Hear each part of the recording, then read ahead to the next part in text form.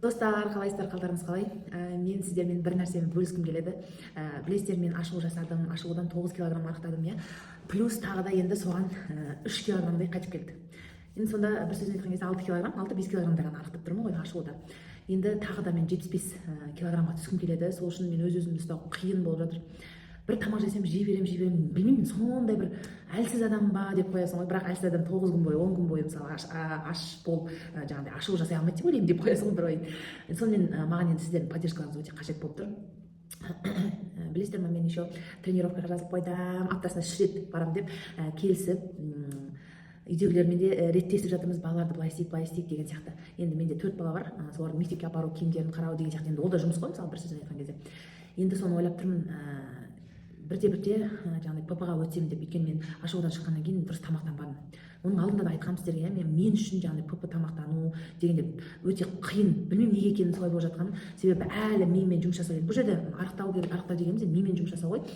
Мимен жұмыс жасап жатырмын деп бүйтіп былай да айтамын өзіме, былай да айтамын, сен енді көп тамақ жеме деген сияқты. Бірақ мен бір тамақ жесем тоқтамай жей беретін жаман әдетім бар. Сосын көңіл күйім жоқ болса да тамақ жей беремін. Ол деген РПП. РПП деген кәдімгідей ауру, пищевое расстройство деп аталады. Ол емделеді. Біз енді көбінесе қазақтарда вообще андай ауру қатарына жатпайды ғой негізі ше, қомағай деп айтуы мүмкін, немесе аузын жаба алмайды деген сияқты, нәпсісіне беріліп кетті деген сияқты айтуы мүмкін да.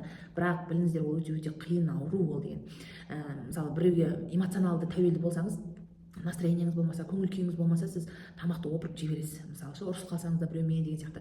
Менде сондай қалып кеткен. Енді 4 бала қатарынан туған оңай емес. Жалғыз өзің, мысалы, күйеуің жұмысқа кетеді, ол 4-еуін сабағын қарау керек, оларды өсіру керек, оларды жаңағындай тазалықтар бар деген сияқты, үйдің тазалығы бар, бытовуха.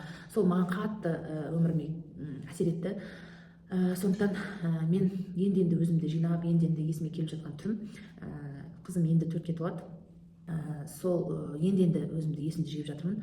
Сондықтан мені аса қатты сөкпеңіздер, иә. Енді бұйырса Алла қаласа сол 75 килограмм менде мақсат. Осы жаңа жылға дейін, жаңа жыл январь, яғни қаңтар айында тағы да 5 килограмм тастау деген менде мақсат бар алдымда. Қазір менің салмағым 81-82 сондай болып тұр. Алдында 78-500-ге түскенмін, 78, 79, 80, 80, сонда 3-4 килограммдай қайтып келді маған. Енді ол сол 3-4 килограмм тағы да түсіру керек. Сол үшін мен жаттығуға жазылдым. Сондай менімен бірге болыңыздар. Ашылудан шыққаннан кейін мен дұрыс тамақтанбадым, егер шындығымды айтатын болсам.